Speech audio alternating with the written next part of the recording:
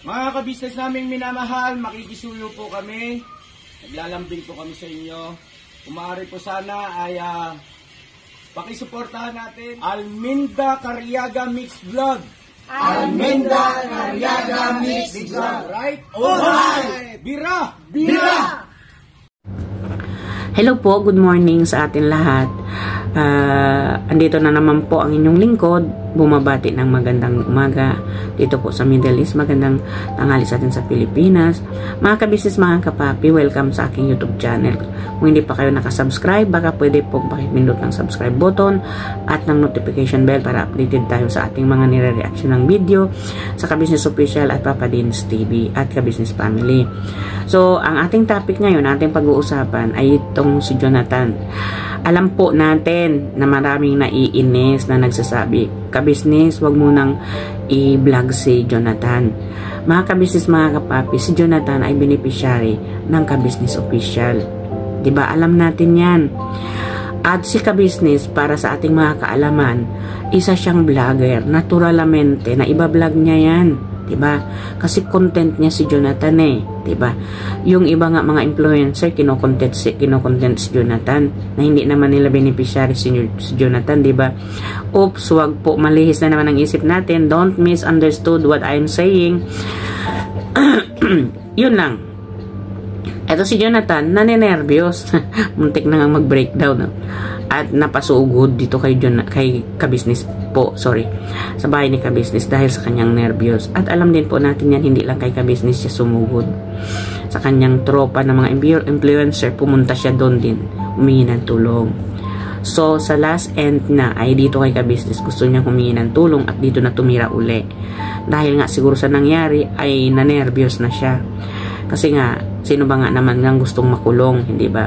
So well, na-surprise tayo, akala natin hindi na gagawin ni Madam Inday Okra yan kasi matahimik tahimik ang mundo ng ating Madam Inday Okra, pero binuluga tayo ni Madam Inday Okra, ibig sabihin may isa siyang salita, pinaninindigan, di ba? So nandito na tayo, napunta agad ito si Jonathan kay kabisnes, humihinga ng tulong at gusto na doon na naman titira. So, ang sagot ni kabisnes sa kanya, nakakatawa lang talaga si Jonathan. Bigla ka na lang nagdesisyon, dito ka na tumira sa akin para naman ito yung property na ito. Parang ikaw ang nagdesisyon sa gusto mo. Sorry po.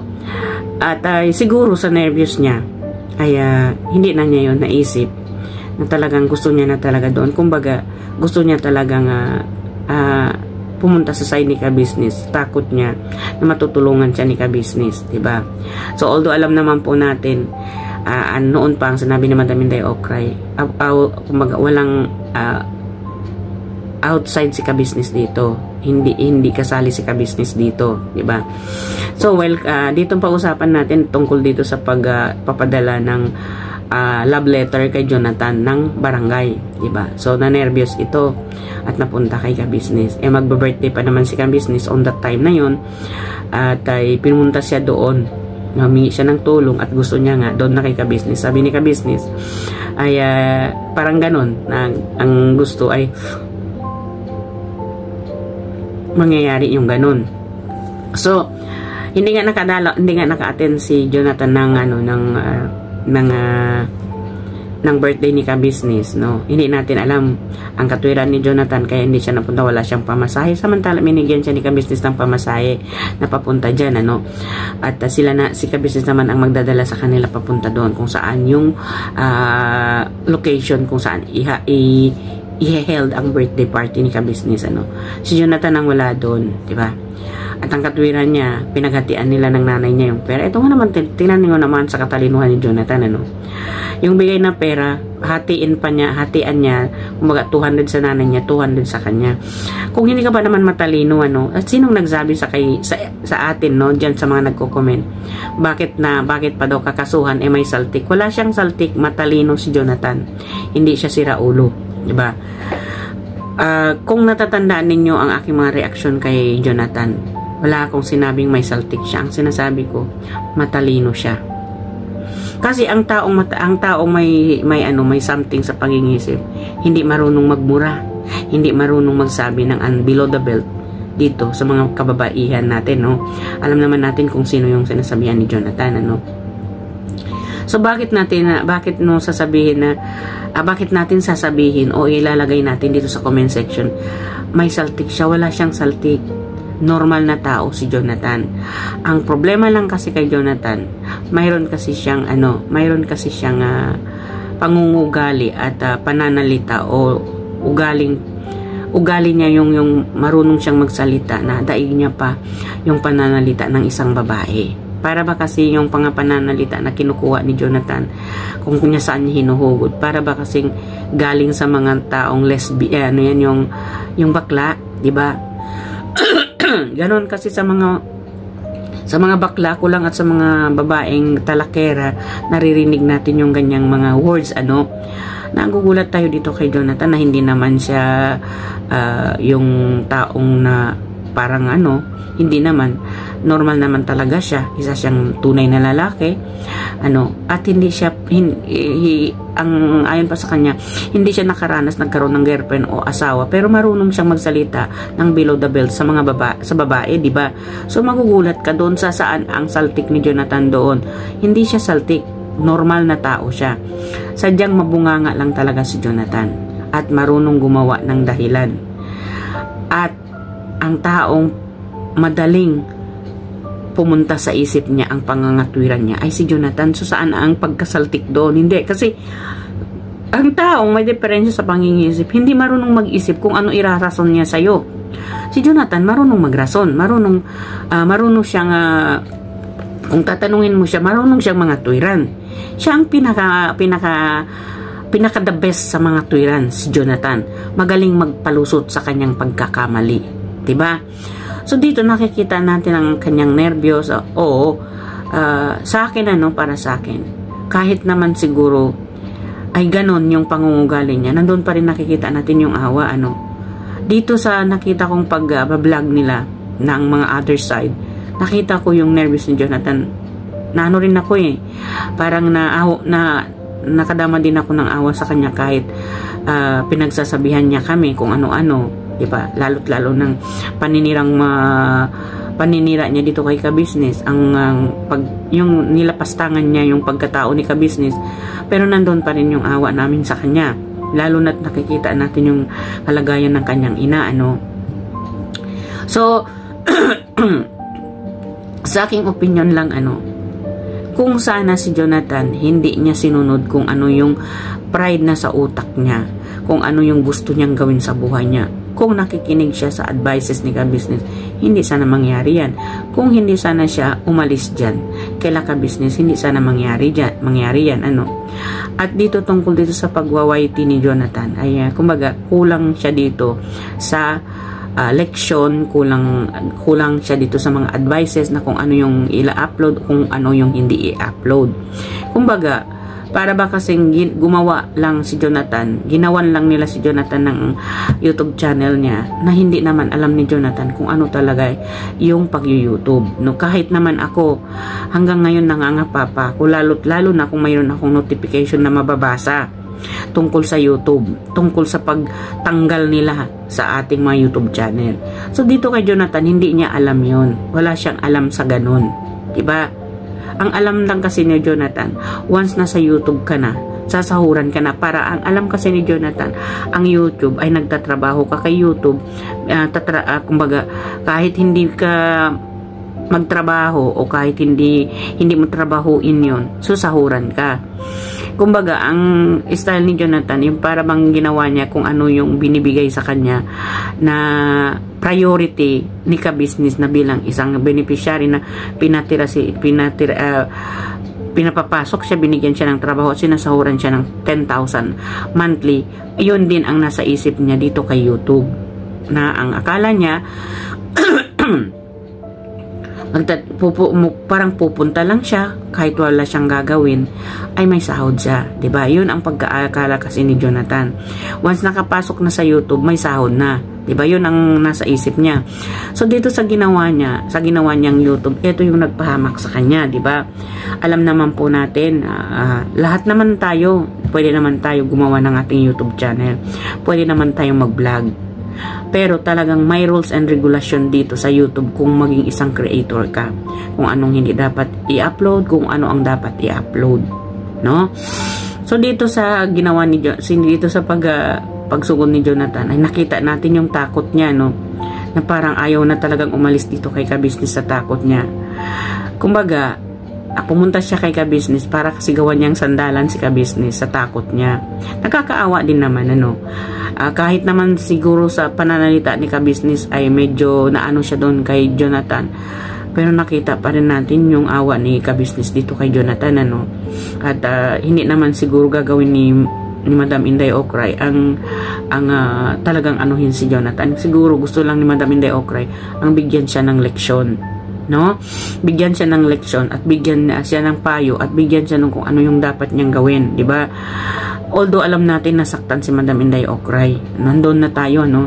Kahit naman sinong babae, kahit ako, nasaktan din na masasaktan din ako. So, siguro sa akin mahirap magpatawad, eh.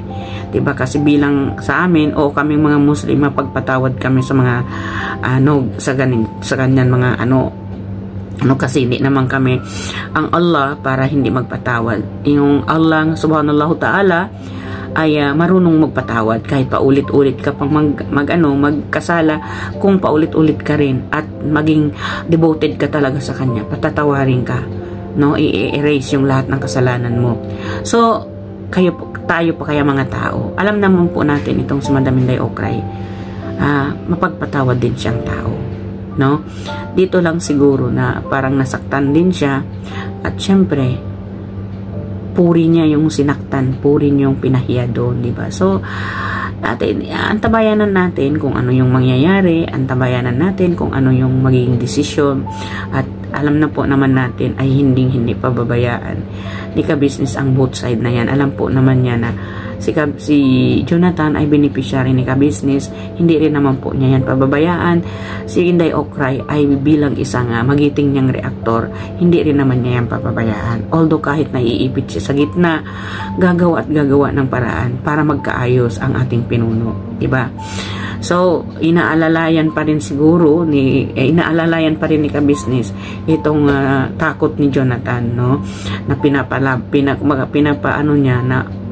pinapakita niya na hindi yung binabanggit ni ka-business dito kay Jonathan yung tungkol doon sa kumbaga yung sinusumbong ni yung kinatatakutan ni Jonathan ay yung tungkol doon sa may sulat sa kanya. Kumbaga, tinatanggal ni ka-business yung kung anong sinasabi ni Jonathan. Ang pinapaliwanag ni ka-business sa kanya, yung ibang topic. Para kasi hindi mag-breakdown si Jonathan sa takot. Diba? So, ito nga ang sinasabi natin. Jonathan, no, para sa'yo. Talagang Jonathan, nasa huli ang pagsisisi. Yun na nga ang sinasabi natin. Nasa huli kasi talaga ang pagsisisi. Kaya wag basta-basta. Diba? Wag basta-basta magsalita nang hindi karapat-dapat, no? Kahit syempre na minsan galit tayo, no? Makapagsalita tayo ng hindi maganda, no? Pero bago siguro natin yun, kahit gaano kakagalit, i-relax mo yung sarili mo. Sabihin natin, ay wala naman yung pinag-aralan si Jonathan. Hindi. Kung walang pinag-aralan si Jonathan, kung sino yung mga sa paligid ni Jonathan na nakakaintindi, pakalmahin nila si Jonathan, hindi tuturuan ng hindi maganda. Pakalmahin o sawayin. Diba? Yun ang tama, eh. Ngayon, naiipit si Jonathan. Wala naman tayong nakikita kung sino yung sumama kay Jonathan maliban kay Ma'am Jenny. Diba? Hindi pa rin nagpakita yung mga tropa ni Jonathan na tulungan siya. Diba? Binablog lang nila si Jonathan, no? Pero, mga ka-business, mga kapapi, normal lang talaga yun ang mag-vlog. Normal lang talaga kahit sino makita natin, iba-vlog natin. Pero with respect. Hindi ba? Yung mga basher dyan, sasabihin na naman, o yun, nirespeto. Wala akong binabanggit kahit sino, Kaya, bago natin magbitaw tayo ng mga komentong hindi maganda sa aming mga nire-reaksyonan o ibas ninyo kami, panoorin po ninyo muna lahat talaga ng aming sinasabi. Sang-ayon ba yun o hindi sang-ayon? Kasi Mahirap po ang isang reaktor mag-isip ng content o mag-isip kung anong sasabihin namin para hindi kayo malihis o hindi kayo magalit sa amin. Matagal naming iniisip, matagal namin sinasabi, matagal namin paulit-ulit sabihin yun kung tama ba yun o hindi. Ibubura po namin ang aming video kung alam namin malilihis kayo ng damdamin ninyo. Diba?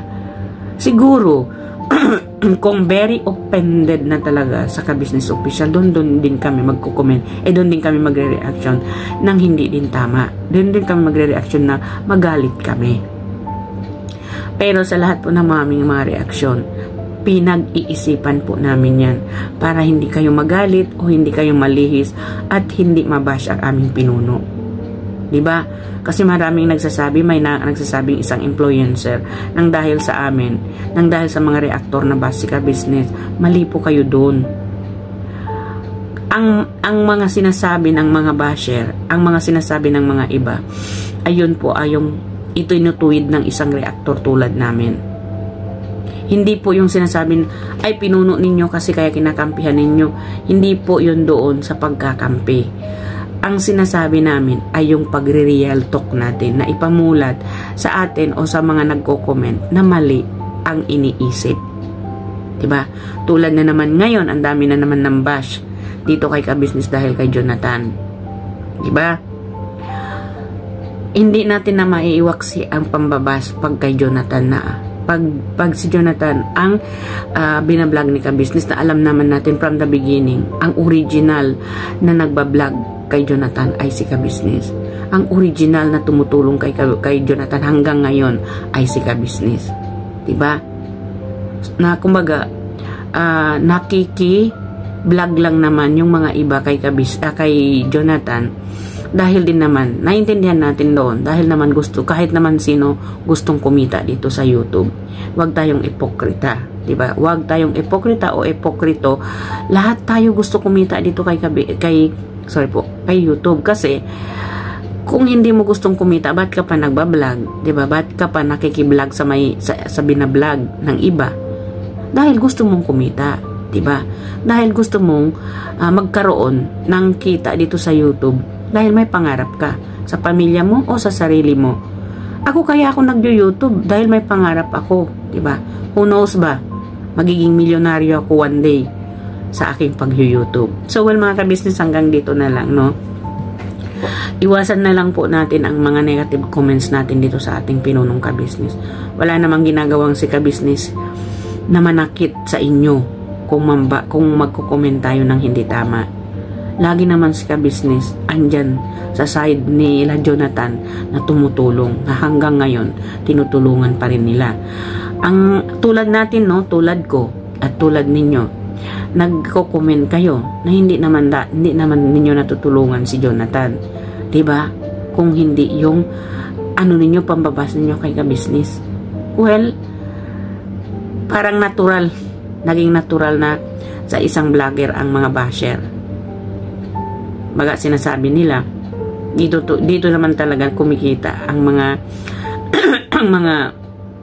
ang mga vlogger na influencer sa mga basher na rin na mga may influencer mga nag-influencer din kung mag-comment, diba? Nabubulol tuloy. Sorry po mga Ka-Business, mga kapapi, nabubulol ang inyong lingkod. So, hanggang dito na lang. Kung nagustuhan ninyo, paki-subscribe at pindot ng notification bell ng aking munting bahay, at huwag po rin natin kalimutan i-subscribe Ka-Business Official, Papa Dins TV, Ka-Business Family, at ang siyam na kagwang po, kagwang wakiwak, kagwang boknoy, kagwang bornok, kagwang intoy, kagwang bay papaya, kagwang bong, kagwang istoy, at kagwang abogi, at kagwang damulag official po. At ang nag-iisang kaibigan ni Papa Dins TV, si Papa Sundot TV, at ang mga kasamahan ko pong react reactor na magigiting rin na reactor. Nangunguna po si Taong Gala, Anime Reactors TV, Ma'am Fresh Channel, Kalingap Turak, PLC Katangay, Ma'am Analisa Reality Vlog at Ma'am Inday Okray TV, at ang inyong lingkod po, Alminda Mix Vlog, nagsasabi, may Allah bless us all, bira banat mga kabisnes, hanggang sa muli nating pagkikita. Bye-bye po!